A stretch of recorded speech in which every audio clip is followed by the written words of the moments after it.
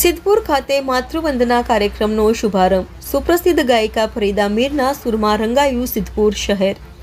ગુજરાત સરકારના રમતગમત, યુવા અને સાંસ્કૃતિક પ્રવૃત્તિઓ વિભાગ ગાંધીનગર દ્વારા રાજ્યના સુપ્રસિદ્ધ યાત્રાધામો ખાતે ઉત્સવોનું આયોજન થતું હોય છે. જે અન્વયે સિદ્ધપુરની હરિકૃષ્ણ ફાર્મ મુકામે માતૃવંદના કાર્યક્રમનું આયોજન કરવામાં આવ્યું હતું. આ તકે કેબિનેટ મંત્રી બળવંતસિંહ રાજપૂત અને વન અને પ્રવાસન મંત્રી મુળુભાઈ બેરાની ગૌરવમય ઉપસ્થિતિમાં માતૃવંદના કાર્યક્રમને સિદ્ધપુરની જનતા માટે માતૃવંદના કાર્યક્રમને ખુલ્લો મૂકવામાં આવ્યો હતો.